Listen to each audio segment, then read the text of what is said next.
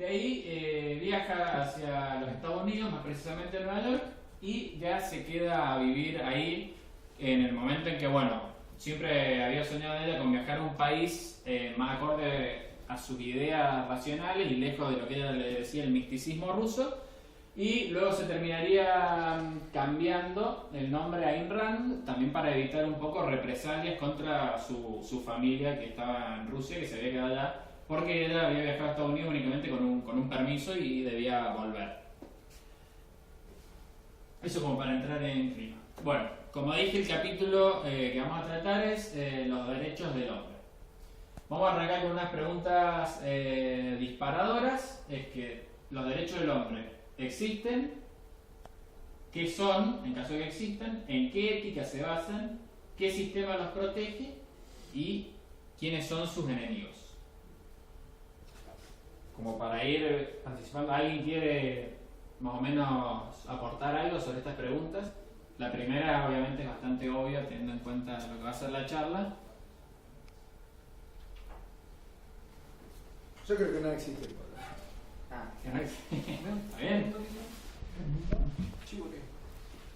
Bien. Bueno, si nadie va a decir nada, le metemos para adelante. Igual lo voy a hacer participar. Bueno, vamos a arrancar con una pequeña conceptualización. La va a leer Franco, al principio. Bueno, los derechos. Los derechos son un concepto moral. El concepto que provee una transición lógica de los principios que rigen las acciones de un individuo a aquellos que guían sus relaciones con los demás. El concepto que preserva y protege la moralidad individual en un contexto social. El vínculo entre el código moral de un hombre y el código legal de una sociedad, entre la ética y la política. Los derechos del individuo son el medio para subordinar a la sociedad a la ley moral. Bien, como vemos acá ya tenemos una primera pauta de en qué ámbito nos vamos a situar para tratar los derechos del hombre. Lo fundamental es que son, como está subrayado ahí, un concepto moral. Es decir que, como dijimos, vamos a hablar de los derechos del hombre desde la ética y lo vamos a entender siempre desde este concepto. ¿Qué significa? Una transición lógica de los principios que rigen las acciones del individuo, aquellos que guían sus relaciones con los demás. Es decir que no únicamente no se van a concentrar de las conductas individuales, sino que los derechos en el campo de la moral lo vamos a entender también dentro del campo social, es decir, de las relaciones de un individuo para con otro individuo. Y es el vínculo entre el código moral de un hombre y el código legal de una sociedad. Obviamente el derecho de esta sociedad va a tener que tener un fuerte basamento moral en estos principios que vamos a ver a continuación. Entonces, son el medio para subordinar la sociedad a la ley moral. Es decir, que una sociedad viva de acuerdo a una moral. Ya vamos a ver más adelante lo que significa una sociedad viviendo por fuera de la moral, los ejemplos que hay y los resultados catastróficos que puede llegar a tener. Después de lo que acabamos de ver, por ahí en lenguaje... O sea que tiene una concepción muy de derecho natural. Sí, es exactamente lo que estaba por decir, más el lenguaje que manejan por ahí los abogados en la facultad vendría a ser el derecho natural por un lado de los hombres y el derecho positivo como la legislación social que establecen normas escritas consuetudinarias para reconocer esos derechos naturales del hombre y reglamentar su ejercicio. Perfecto. Bueno, vamos ahora a la sistematización. Es bastante, digamos, distinta la concepción de derecho natural que tiene la Facultad de Derecho a la concepción de derecho natural puntualmente. O sea, el derecho natural que dice la Facultad de Derecho abarca, dicen que existe conductas naturales del hombre y que existen conductas antinaturales, o sea que totalmente hay que reprimir. Entonces, existe una moralidad que es solamente un tipo de persona, un tipo de conducta y que lo demás es todo amoral. Sí, completamente distinto. De hecho, esa es la corriente de un naturalista, racionalista. Van a ver que Rand no usa, de hecho, las palabras derecho natural, sino utiliza derecho del hombre o derechos individuales. Después vamos a ver que es una redundancia porque solo un individuo es sujeto de derecho, entonces sí, derechos individuales como está de más. Y por supuesto, como digo, reforzamos un concepto estrictamente moral en base a la naturaleza humana y no por ahí ciertas corrientes de un naturalista que son de raigambre netamente religiosa, por ejemplo. Bueno, vamos entonces a la sistematización. Second, tu turno de leer. El principio de los derechos individuales del hombre representa la incorporación de la moral al sistema social, como una limitación del poder del Estado, como la protección del hombre contra la fuerza bruta de lo colectivo, como la subordinación de la fuerza del derecho. Bien, entonces, como volvemos a decir, es una sociedad que va a estar, la convivencia, las relaciones interpersonales van a estar basadas en la moral. Esta moral va a estar presente en el sistema social, como una limitación al poder del Estado. ¿Esto qué significa? Que la concepción objetivista randiana es la de un Estado mínimo, que únicamente cumple estrictamente las funciones para las cuales se justifica la existencia de un gobierno, que son funciones de protección de los derechos individuales. Un ejército para protegerse de invasores foráneos, la policía para protegerte de los criminales que te ataquen dentro de la sociedad, y los jueces para resolver las disputas que se pueden generar entre ciudadanos. Pero no son criminales, son gente que ha sido excluida del sistema. Por gente hay que tratar de comprenderlo. ¿Está bien? Seguro, seguro. Bien, hasta ahí tenemos la noción de Estado. Es decir, es una noción, como dije, de Estado mínimo con un gobierno limitado, contrario a las nociones que tenemos hoy en día, por ejemplo, del Estado empresario, del Estado benefactor, que promueve otro tipo de proyectos sociales, que interfiere en la economía y que más que limitarse a proteger derechos individuales, es su principal violador con todas las políticas que emprende. Bien, la protección del hombre contra la fuerza bruta de lo colectivo, aquí Ayn Rand suele, por ejemplo, señalarlo como la tribu, la masa, la turba, digamos, los salvajes que se mueven en grupos, digamos, con garrotes, por ejemplo, es el simbolismo, y que no respetan precisamente la concepción individual, los derechos del individuo. Y la subordinación de la fuerza al derecho, esto es porque, ¿cuál es este principio entonces? Es que la función del gobierno, digamos, de reprimir a los criminales o a ejércitos invasores es precisamente mantener un control objetivo sobre la fuerza. Sí, digamos decisiones de última ratio. Decisiones de última ratio dentro de un territorio dado, por ejemplo. Ella le dice el monopolio de la fuerza. Yo particularmente creo que, si bien tienen control objetivo de la fuerza, no creo que sea el monopolio de la fuerza en el sentido de que vos podés contratar un guardaespaldas personal, por ejemplo, o podés tener libre portación de armas, entonces tenés un elemento con el cual contrarrestar fuerza. Pero tiene las decisiones de última ratio, porque ella dice mantener el control objetivo y excluir la fuerza de las relaciones sociales, es decir, basar relaciones en el consentimiento y no en la fuerza. Entonces, subordinación de la sociedad a la ley moral lo hemos reflejado, como dijimos, en esto. ¿Pasamos? Bien, ahora vamos entonces con ya está conceptualizado todo, vamos más estrictamente a definirlo. Un derecho es un principio moral que define y confirma la libertad de acción de un hombre en un contexto social. Solo existe un derecho fundamental. Todos los demás son su consecuencia o sus corolarios. El derecho de un hombre a su propia vida. Bien, entonces, ¿cuál es la concepción de Rand? Aquí existe un derecho fundamental, que es el derecho del hombre a su vida.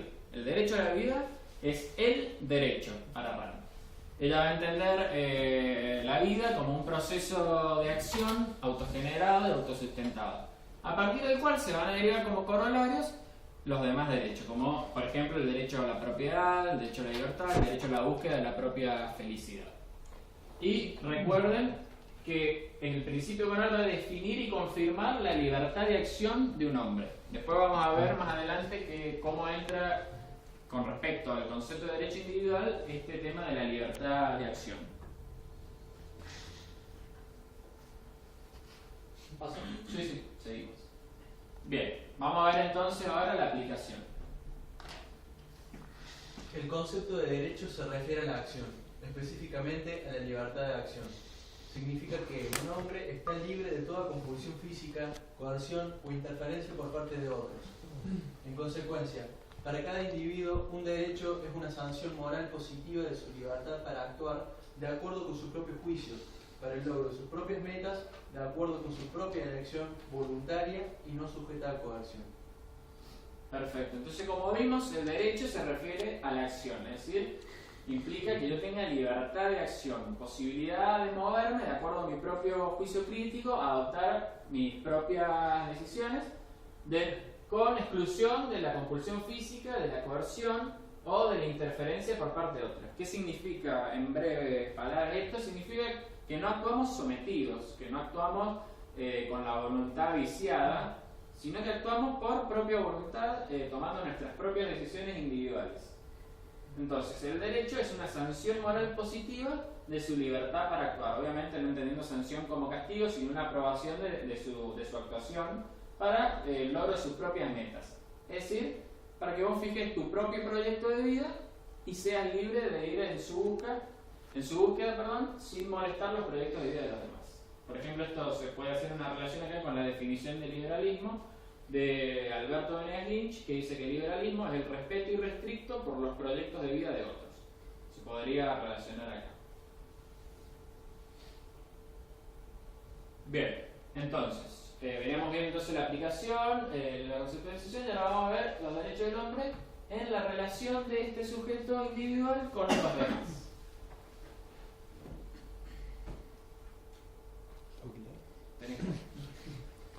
En cuanto a sus conciudadanos, los derechos de un individuo no les imponen obligación alguna, salvo de índole negativa, abstenerse de violar sus derechos. Los derechos son principios morales que definen y protegen la libertad de acción de un hombre, pero no imponen obligaciones a otros hombres. Los ciudadanos particulares no constituyen una amenaza a los derechos o a la libertad de otros hombres. El ciudadano particular que recurre a la fuerza física y viola los derechos de los demás es un criminal y las leyes protegen a los hombres contra él. Perfecto. Esta parte es muy importante. Fíjense que tus derechos no le imponen obligación alguna a los demás, o salvo una de índole negativa, que es la simple abstención de violar sus derechos. Es decir, no ejerzas fuerza física contra mí, no constrinas mi libertad, no violes mis derechos. Nosotros estamos acostumbrados a escuchar la frasecita socialista, comunista o colectivista, en definitiva, que la necesidad es un derecho. Es decir, la necesidad de una persona es una hipoteca sobre mi vida y él tiene un derecho sobre mí que yo debo, que yo lo debo compensar o que debo actuar en su favor. Y eso es un derecho. Como dijimos, los derechos son individuales, son propios, son principios morales y no imponen obligaciones a los demás hombres. Es decir, no tenemos ni el concepto de obligaciones que no asumimos nosotros y que nos quieren imponer, sobre otras personas, de realizar prestaciones de dar o hacer, ni tampoco está lo que acá se llaman los deberes, digamos, que son imposiciones externas que nosotros no asumimos libremente, sino que alguien decide por nosotros y que nosotros estamos constreñidos a cumplir. Simplemente es abstenerse de violar sus derechos. Sí, no, con respecto a eso, lo que saben decir también el discurso es acerca de la libertad. Dice que, en general dicen que los particulares no son libres para elegir porque están condicionados por otros particulares que son los que tienen relaciones de poder contra ellos. No por fuerza física, sino por una cuestión de condicionamientos que llevan a que esa persona no tenga libertad para elegir, sino que elige siempre porque elige al más poderoso, qué sé yo. Entonces, dan el ejemplo de una persona pobre que se compra un BlackBerry porque no tiene otra opción, porque es el sistema el que le lleva a elegir eso, digamos. O sea. Sí, totalmente es así, como lo dicen, y bueno, sin embargo nosotros ya vemos acá que no vamos a caer en concepciones deterministas, sostenemos el libre albedrío de las personas y que cada uno puede tomar sus propias decisiones y el libre hacerlo. Y sobre todo tenemos que tomar en cuenta cómo estos principios morales van a definir y van a proteger la libertad de acción. O sea, la concepción humana que está acá. Tenemos concepciones marxistas que ven a la realidad y a las relaciones humanas como conflictivas. Concepciones, por ejemplo, el gen egoísta de Richard Dawkins u otros pensadores que también dicen que el hombre percibe como amenazantes a sus semejantes. Y acá nosotros vemos que simplemente yo no soy una amenaza para vos, ni vos tenés por qué ser una amenaza para mí. Simplemente tenemos que abstenernos de interrelacionarnos entre nosotros mediante la fuerza, sino nada más que por el consentimiento mutuo y voluntario, y así se puede lograr, por ejemplo, un principio de cooperación social. Y no estamos amenazándonos el uno al otro. Y el otro concepto que quería que saquemos de acá es precisamente cuando señala acá el ciudadano particular que recurre a la fuerza física y viola los derechos de demás de un criminal. Es decir, que básicamente la noción de crimen es el inicio de la fuerza física en contra de otros, violentando sus derechos. Del cual también, bueno, se debe entender que también crimen es el fraude como una forma más de violar los derechos del otro. Sí. En la Constitución, digamos, la original, la de 1853, los derechos que se reconocían justamente se caracterizaban por eso, por ser solamente negativos y que, digamos, a los otros hombres no les generaban ningún deber. Y recién con toda la movida marxista y demás, y toda la aparición del constitucionalismo social, es que aparecen derechos a la vivienda y demás reconocidos constitucionalmente que generan estas obligaciones positivas, una acción por el resto de los ciudadanos, que justamente lo que hace que no sean derechos. Sí, después no sé si hacer la distinción entre derecho D y derecho A. Como uno simplemente no es derecho, digamos. Sí. ¿Querés explicarla? No, ¿qué hablamos? No, decile. Y bueno, básicamente, como dice usted, derechos D y derechos A es como que, digamos, en realidad están por un lado estrictamente los que son los derechos individuales que venimos viendo, y por otro lado los derechos, que también se puede decir derechos sociales, que en realidad son antiderechos. ¿Por qué? Porque su cumplimiento exige necesariamente la violación de los derechos de otro. Es decir, si vos tenés derecho a una casa, quiere decir que los demás están obligados a vos a proporcionarte esa casa. Y quiere decir que ese derecho, ese antiderecho de esa persona, es una carga o un deber o una obligación impuesta sobre la otra persona y por lo tanto violaría su derecho de propiedad, porque está obligado a vos a financiarte la casa, o violaría su derecho de libertad porque no es libre de perseguir sus propios proyectos, sino que es un medio para el cumplimiento de tus proyectos. Ahora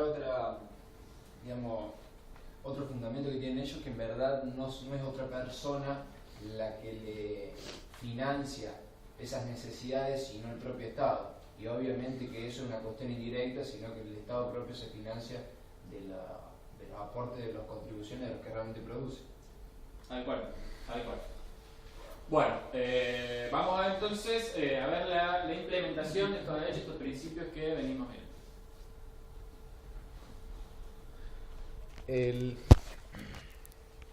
El derecho a la vida es la fuente de todos los derechos y el derecho a la propiedad es la única forma de implementarlo. Sin el derecho a la propiedad no es posible ningún otro derecho. Dado que un hombre debe sustentar su vida por su propio esfuerzo, el que no tiene derecho al producto de su esfuerzo no posee los medios para mantener su vida. El hombre que produce mientras otros disponen del producto de su esfuerzo es un esclavo. Bien, como vemos entonces ya dijimos que el derecho a la vida es el derecho fundamental, es la fuente de todos los derechos, y ahora le agregamos que el derecho a la propiedad es la única forma de implementarlo. Es decir, sin derecho de propiedad, ningún otro derecho del cual hablemos es posible. ¿Por qué?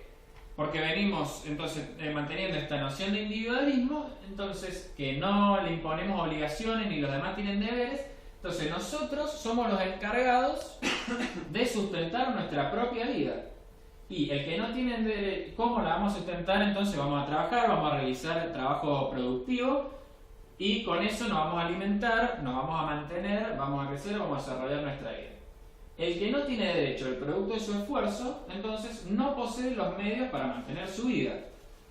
Entonces, ¿qué pasa? Si otros están disponiendo de lo que yo produzco mientras yo soy el que me estoy esforzando, básicamente soy un esclavo. ¿Qué es un esclavo? Una persona o que no tiene derechos y depende netamente de otra persona que la está dominando, o una persona que no puede conservar el fruto de su trabajo. Entonces, ¿cuál es lo fundamental acá del derecho de propiedad? Precisamente eso, que nos permite conservar los resultados de nuestro trabajo. y que nosotros necesitamos producir para poder mantenernos. Entonces, si no podemos disponer de nuestra propia producción, nuestra vida no depende de nosotros, sino de otra cosa, de otra persona. Por eso el derecho de propiedad es lo fundamental. Y cualquier otra doctrina, como venimos diciendo, colectivista, socialista, altruista, que niegue el derecho de propiedad, básicamente está negando el derecho a la vida de la persona, el derecho a su propia vida. Y eso es un punto que no nos tenemos que cansar nunca de subrayarlo.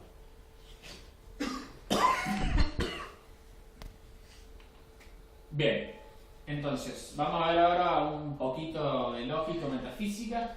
¿Cuál es la fuente de la cual se desprende esta noción de derecho que venimos manejando? La fuente es la ley de la identidad. A es A y el hombre es el hombre. Los derechos son condiciones de la existencia requeridas por la naturaleza del hombre para sobrevivir de manera adecuada. Bien. Es decir, como sabemos, A es A, el hombre, por lo tanto, es el hombre. El hombre existe y necesita, digamos, tiene este grado de derechos, son estas condiciones de existencia requeridas por la naturaleza del hombre. ¿Qué significa sobrevivir de manera adecuada? Nosotros le vamos a decir la supervivencia del hombre como hombre. Es decir, de la manera en que nosotros nos podemos desarrollar en plenitud y de la forma que nosotros elijamos, aprovechando nuestras capacidades y sobre todo siendo libres de fijarnos objetivos, establecer metas e ir en su búsqueda. ¿Qué significa el hombre como el hombre? Precisamente esto que vengo diciendo, no la supervivencia del hombre como animal. Es decir, yo no tengo que ni ser ni un esclavo, ni alguien sometido a la voluntad de otro y decir, uy, me da una ración de arroz por día y peso 30 kilos y mido 1,80, porque no estoy sobreviviendo como hombre, ni está dependiendo de mí mi supervivencia, está dependiendo de mi amo y yo estoy viviendo como un animal. Por lo tanto, estas condiciones de existencia que me permiten los derechos individuales precisamente es hacerme cargo de mi propia vida y poder vivir como yo prefiero y de acuerdo a un criterio racional, es decir, de hombre como hombre, no de hombre como animal. Bueno, entonces ya vimos estas nociones de los derechos individuales. Vamos a pasar ahora precisamente, ya que mencionamos el crimen y mencionamos estas otras doctrinas que no lo respetan, a estrictamente, de acuerdo a la visión objetivista de Ayn Rand, cómo se producen las violaciones de estos derechos. Vamos a ver, no, me pido ahorita la ronda. Bueno, violar los derechos del hombre significa compelerlo a actuar en contra de su propio juicio o expropiar sus valores. Básicamente hay una sola forma de hacerlo, mediante el uso de la fuerza física. Existen dos violadores potenciales de los derechos del hombre, los criminales y el gobierno. Bien. Esta primera parte, creo que ya la tocamos, digamos, en las otras diapositivas. Actuando un hombre en contra de su propio juicio, expropiándole sus valores, básicamente quitándole algo en contra de su voluntad, mediante la fuerza física, mediante el fraude. Y nos vamos a concentrar también en esta última parte que dice que existen dos violadores potenciales de los derechos del hombre, los criminales y el gobierno. Por supuesto, ¿cuál se imaginan ustedes que es el peor? Si pudiéramos establecer una clasificación. El gobierno. El gobierno, muy bien. ¿Por qué? Y porque tiene un mayor poder de abastecimiento de medios. Los medios y el alcance que tiene. El monopolio de la fuerza, que nombraste antes. No, puede tener porque el gobierno en realidad lo hace, digamos, en representación de toda la gente y el criminal en realidad es por su propia forma. Y además tiene miedo El de gobierno lo hace indirectos. en nombre de todos y los criminales no. Claro, y hoy en día, digamos, ya no se ven más esos estados, por ejemplo, totalitarios o autoritarios que van directamente a cortar la libertad del individuo, sino que también lo hace a través de medios indirectos, como por ejemplo, digamos, la gran cantidad de leyes que ha sancionado este gobierno. Gendarmería. Perfecto. Y otra cosa también porque el gobierno tiene un mecanismo para garantizarse la impunidad por medio de la Muy justicia. bien. Bueno, excelente. Nombraron 4 puntos muy importantes. Primero, ¿cómo dijeron? Por el monopolio de la fuerza, Porque el gobierno lo hace en nombre de todos. por hacerlo en nombre de todos, por su capacidad y para garantizarse la impunidad. O le da un marco de legalidad al tener el monopolio de dictar las leyes, o sea, bajo ese marco de legalidad puede cometer los... Y pretenden legitimidad para Exactamente. Excelente. Es un error. Bien. Tomando los primeros puntos que dijeron ustedes, entonces se pone el ejemplo acá de que el criminal o una asociación criminal actúan casi de manera particular y en un episodio aislado, o bien puede ser una mafia que actúe en varios episodios relacionados entre sí, pero siempre en acontecimientos que van a perjudicar a un cierto número de personas, si se quiere, comparándolo en relación al país, reducido. En cambio, ¿cuál es la potencialidad criminal del gobierno? Es decir, que el gobierno tiene el poder de devastar a la nación completa. Esa es la primera nota que queremos decir. Segundo, porque el gobierno también puede manipular los medios por el cual se definen los crímenes y garantizarse mediante leyes su propia impunidad u otorgarse legitimidad moral mediante algún discurso o una teoría errada. Cosa que los criminales normales, comunes, le vamos a llamar, no pueden. Y también, lo quería relacionar un poco también con lo que dijo Franco, sobre que el gobierno te roba, comete crímenes también actuando en tu nombre. Esto, hay un filósofo que está alejado de la tradición de Rand, es anterior a ella, y creo que si ella me escucha comparando en cierta medida con su teoría, se levanta de la tumba, me da un mazazo y vuelve, que se llama Lysander Spooner, que pone siempre un ejemplo entre un criminal, por ejemplo, que te ataca en un camino, en una ruta, y el gobierno. Dice, el criminal generalmente te roba y se va, y sigue su vida. En cambio, el gobierno te roba constantemente y encima lo hace diciéndote que lo hace por tu propio bien. Que lo hace que te está robando, pero que en realidad te está protegiendo. Y ese es el mayor poder de devastación del gobierno, que es un delito continuado y es un delito que lo quieren hacer pasar por legítimo y engañándote. Seguimos. Seguimos con el tema de la violación de los derechos. Segundo, de nuevo. Cualquier supuesto derecho de un hombre que requiere la violación de los derechos de otro no es ni puede ser un derecho. Ningún hombre puede tener el derecho de imponer a otro una obligación no elegida, un deber no recompensado o una servidumbre involuntaria. No existe el derecho a esclavizar. El derecho de un hombre no incluye la materialización de ese derecho por parte de otros hombres, solo incluye la libertad personal de lograr esa materialización a través del propio esfuerzo. Perfecto. ¿Cómo podríamos decir esto? No hay derecho a violar derechos. No existe el derecho para violar un derecho. Básicamente. ¿Entendés? Vemos los derechos como principios morales, como un código que debe abrazar una sociedad moral, y no existen las contradicciones. Entonces no hay derecho a violar a derechos. Bien, ningún hombre tiene el derecho entonces a imponer a otro una obligación no elegida, un deber no recompensado, una servidumbre involuntaria. Eso ya lo vimos. Básicamente no existe el derecho a esclavizar, es decir, vos no tenés derecho a someterme y a obligarme a mí a actuar en contra de mi voluntad y de mi propio juicio crítico acorde a tus propias premisas. Y algo que veníamos charlando también en el tema de los derechos y derechos sociales, o derechos de y derechos a, el derecho de un hombre no incluye la materialización de ese derecho por parte de otros hombres. Solo incluye la libertad personal de lograr esa materialización a través del propio esfuerzo. ¿Qué sería si un derecho incluyera la materialización de lo que yo quiero por parte de otros hombres? Sería un capricho o una expresión de deseos, como estamos acostumbrados a ver lamentablemente en las constituciones sociales. Es decir, se me antoja que tengo derecho a este sillón, y por lo tanto les impongo a ustedes el deber o la obligación de materializar este sillón para mí.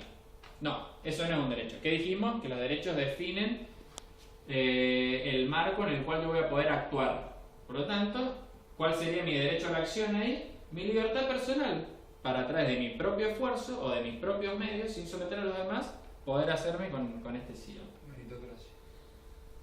En cierto sentido puede conducir a una meritocracia, completamente. Mientras vos más meritorio seas en tus negocios y más cosas adquieras legítimamente, más podés gozar de tus bienes. Y eso no implica que ni esclavices ni violes derechos de los demás. Y por ahí alguien que trabajó menos y sí, va a tener menos. Bueno, vamos ahora entonces a la práctica. Si puse fotos hermosas acá para que no se aburran también. ¿Quién le toca leer? A mí. El derecho a la vida significa que un hombre tiene el derecho de sustentar su vida por medio de su propio trabajo, en cualquier nivel económico tan elevado como su habilidad se lo permita, no que los demás deban proveer a las necesidades de su vida. Bien, ahí quiero hacer un debate. Entonces, nadie está obligado a proveerte tus necesidades, como dijimos. La necesidad no es un derecho, por más que nos quieran hacer pensar lo contrario, sino que vos dependés de vos mismo y de tu propio trabajo y esfuerzo productivo. Como dice acá, en cualquier nivel económico tan elevado como tu habilidad te lo permita. Es decir, que vos tenés derecho a esforzarte y a vivir tu vida de hombre como hombre en el nivel que vos hayas elegido. No necesariamente tenés que ser un fenómeno, un Bill Gates o un Steve Jobs, de ser un genio creativo para poder vivir la vida del hombre como hombre. Es decir, tenés que reconocer tus capacidades, tenés que reconocer lo que podés hacer y para lo cual servís más, y trabajar dentro del marco de tu habilidad. Eso no te hace un hombre con menos derechos o un hombre con menos legitimidad en tus actividades. Ahora, acá también lo que podemos agregar es que generalmente te dicen el tema de igualdad de oportunidades. Que digamos, ellos se piensan que el gobierno es un proveedor y que genera riqueza y que esas oportunidades las debe garantizar a cambio de nada. Y en verdad se está garantizando a cambio de la libertad o la propiedad de otros individuos, indirectamente. Tal cual. Y como vemos, vos sustentás tu vida en el nivel económico, digamos, como tu habilidad te lo permita, imponer ahí una especie de igualitarismo legal, de igualar al exitoso con el que fracasó, o al que trabaja bien con el que es mediocre, es una injusticia. Es una injusticia y no se da este tema del reconocimiento de los méritos y las malas acciones como decíamos recién. Ahora sí, continuamos la segunda parte. Derecho a la propiedad. Es tu diapositiva. El derecho a la propiedad significa que un hombre tiene el derecho de realizar las acciones económicas necesarias para poseer bienes, usarlos y disponer de ellos, no que los demás deban proporcionarle esos bienes. Nuevamente, no estamos hablando del derecho al objeto, sino al derecho a la acción que tenemos para ganar este objeto, como produciéndolo, adquiriéndolo, comerciando y ganándolo en un intercambio, etcétera. Todos medios que sean legítimos y que impliquen un intercambio voluntario con consentimiento mutuo, si el objeto viene de otra persona, o bien produciéndolo en base a nuestro propio esfuerzo, legítimamente, si nosotros somos los encargados de crear el objeto. Y derecho a la libre expresión significa que un hombre tiene el derecho de expresar sus ideas sin temor a la represión, interferencia o acción punitiva del gobierno, no que los demás estén obligados a proveerle una sala de conferencias, una emisora de radio o una imprenta para que pueda hacerlo. Tal cual. ¿Qué significa esto entonces? Derecho a la libertad de expresión, sí, vos podés decir lo que quieras, pero eso no significa que los demás tienen que trabajar para vos, proveyente los medios para que vos digas lo que quieras. Porque eso sería nuevamente caer en el mismo error del que venimos hablando. ¿Querés expresar tus ideas? Sí. No tenés por qué tener miedo de expresarlo ni tenés que esperar un ataque, una represalia violenta en tu contra por hablar. Pero eso no significa que vos debas ejercer violencia o que se ejerza violencia en tu nombre sobre los demás para que los demás tengan que ser obligados a proveerte a vos radios o salas para que vos hables. Cosa que la ley de medios ahora no sé qué piso le garantiza a ONG, a pueblos originarios y a... No me acuerdo bien, pero creo que es algo así como entre un 25 y un 33%, no me acuerdo. O sea, le quitan a Clarín para darle, supuestamente democratizándolos, a ONG. ¿Sí? Es un crimen que vos digas, estos tienen libertad de expresión, le vamos a quitar a este para asegurarles la libertad de expresión a ellos. No, ellos tienen su derecho a acción de construir sus propios medios y darse a conocer de la manera en que ellos quieran. pero no significa que los demás deban proveerle los medios para que ellos ejerzan su libertad de expresión. Claro, y también podemos decir también que la censura no proviene de medios privados, sino solamente del Estado. Tal cualmente. Otra cosa que Tal cual. se dice censura, Clarín te censura, Clarín te censura. Clarín, digamos, yo lo apoyo, no me importa tres bledos, pero no me puede censurar porque es un medio privado, ¿viste? No es el gobierno. Seguro. La censura, como bien dice Franco, es un concepto que le cabe en la filosofía objetivista únicamente al gobierno. Solo el gobierno puede cometer un acto de censura que es no respetarte tu derecho a la libertad de expresión o tu derecho de propiedad si creaste el medio necesario para ejercer la libertad de expresión. Como decimos, yo no estoy obligado a proveerte el micrófono a vos, por lo tanto, si yo no te lo quiero proveer, no te estoy censurando, simplemente estoy ejerciendo mi libertad de no darte el micrófono. Y bueno, como bien decían ustedes, y justo salieron ejemplos que tenían que ver, puse fotos simbólicas. El derecho a la vida, entonces, significa que vos tenés que sustentar la vida por tu propio trabajo. Ponemos una foto ahí de planes sociales, out, hay que eliminarlos. El derecho a la propiedad significa que vos tenés que realizar las acciones económicas necesarias para poseer bienes. Ponemos a Eva de Chorrafini y su plan de viviendas, out, no tiene que haber plan de viviendas. Y el derecho a la libertad de expresión, entonces, vos podés expresar tu idea sin temor a la represión, pero no significa que los demás deban proveerte, digamos, una sala de conferencias o una radio para hacerlo. Entonces tenemos el boleto ahí de la marcha por la ley de medios. Chau, no tiene que haber ley de medios. No tiene ni que haber un canal como 6, como Canal 7 y programas como 6, 7, 8, pasamos a eso. O sea, que tengo que pagar la opinión de lo que cree la clase gobernante. Por supuesto. Sobre todo canal público, propaganda partidaria hecha con los fondos que pagamos los contribuyentes, entre comillas, y ellos encima te escrachan y te bardean a vos. Por lo tanto, te ponen un arma en la cabeza y te obligan a financiar tus propios escraches. Una ridiculez. Bueno, ya vimos nuestro credo, nuestra ética objetivista. Vamos a las éticas enemigas. ¿Quién es? Carretera, ¿no? Es el más que lo 4.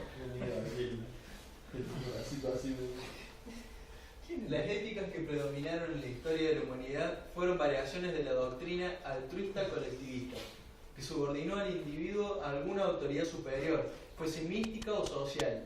En consecuencia, la mayoría de los sistemas políticos fueron variaciones de la misma tiranía estatista y solo se diferenciaron en el grado, no en el principio básico. Exactamente. ¿Qué significa la doctrina altruista colectivismo? Básicamente el altruismo lo vamos a entender como la moral del sacrificio, que no ve a las personas como fines en sí mismos, sino como medios para los fines de otros. Es decir, nosotros no somos seres humanos con derechos individuales que los podemos ejercer libremente, sino que somos bestias de carga, somos animales de sacrificio obligados a satisfacer las necesidades de las otras personas. Porque ¿cuál es el acto moral? Es el acto no que hago por mí mismo, porque eso sería un egoísmo asqueroso. Es el acto que hago por los demás. Y el colectivismo, estos sistemas socialistas, por así decirlo, o incluso fascistas, nacionalsocialistas o nacionalpopulistas, del modelo nacional y popular, como vemos ahí, que también no nos consideran a nosotros como individuos que somos un fin en sí mismos, sino como algo que pertenece a la sociedad y que solo en la sociedad podemos ser nosotros mismos y que la sociedad es la que nos tiene que proveer las cosas que necesitamos. Sobre todo, por algo surrealista, estos sistemas se diferencian en el grado, pero no en el principio básico. Es decir, hay diferencias de grado. En el fondo son sistemas altruistas y colectivistas. Las diferencias pueden ser de forma, algunos asesinaron más, otros asesinaron menos, algunos esclavizan más, otros esclavizan menos, unos te someten de una determinada manera. Claro, o de qué forma asesinan a uno y de qué forma asesinan a otro. ¿De qué forma asesinan a otro? Te someten de determinada manera o te someten de esta otra manera. Pero son todos sistemas esclavistas que los mueve el principio básico. Vamos a ver entonces el eje, digamos, altruismo, colectivismo, socialismo, opuesto al eje que venimos defendiendo nosotros de individualismo, egoísmo racional y capitalismo. Sí. Bien, Nico. En todos esos sistemas la moralidad fue un código aplicable al individuo, pero no a la sociedad. esta no estaba sometida a la ley moral, sino que era su corporización, su fuente o su intérprete exclusivo. Así, se consideró que el propósito principal de la ética en la existencia del ser humano era una devoción que implicaba un autosacrificio en favor del deber para con la sociedad. Bien, ¿se acuerdan de lo que vimos en las primeras viñetas sobre subordinar la sociedad a la ley moral? Que es lo que veníamos viendo, y dijimos que íbamos a hablar sobre la sociedad amoral. Bueno, precisamente es esta. Es decir, ¿qué pasa en este tipo de sociedades que son tiranías, que son dictaduras, que son totalitarismos feroces y atroces? Es que el código se le aplica al individuo. Es decir, vos estás obligado a proveer a la sociedad algo, o la sociedad te va a dar esto, pero vos no te podés salir de este asilo. Pero este código no se le aplica a la sociedad. Básicamente decimos la sociedad como si estuviera exenta de esta moral, sino que por el contrario, la sociedad es la corporización de la moral. O lo que diga la sociedad es lo que es moral. Vos como individuo no tenés en este caso ni voz ni voto. Entonces, en un sistema así, ¿cuál es el propósito de la ética? ¿O para qué está la ética? Es para que los seres humanos hagan autosacrificios, porque tenemos deberes con los demás. ¿Qué significa autosacrificio? Digamos, no persigo mis valores, sino que persigo valores de los demás, o en vez de ir en busca de un valor mayor, lo saco y voy en busca de valores menores, que para no serían los que yo hubiese elegido libremente, o en mi jerarquía de valores no hubiesen sido los primeros por los cuales voy a buscar. Entonces vemos cómo funcionan con estos personajes nefastos, o con este tipo de sociedades organizadas o planificadas científicamente desde el Estado, porque el individuo es insignificante. Como ya vimos, lo que impone la moral es la sociedad. Digamos, es una vuelta al contrato de vasallaje de la edad feudal, y eso es lo mismo, digamos, es volver a pensar en el colectivismo para la supervivencia, ¿no?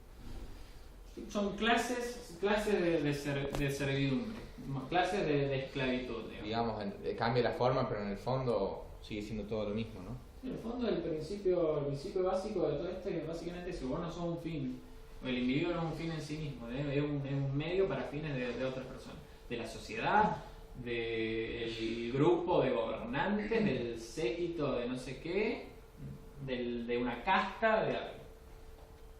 Todo, digamos, en relación con este primitivismo de no querer considerar al hombre como un sujeto individual con derechos.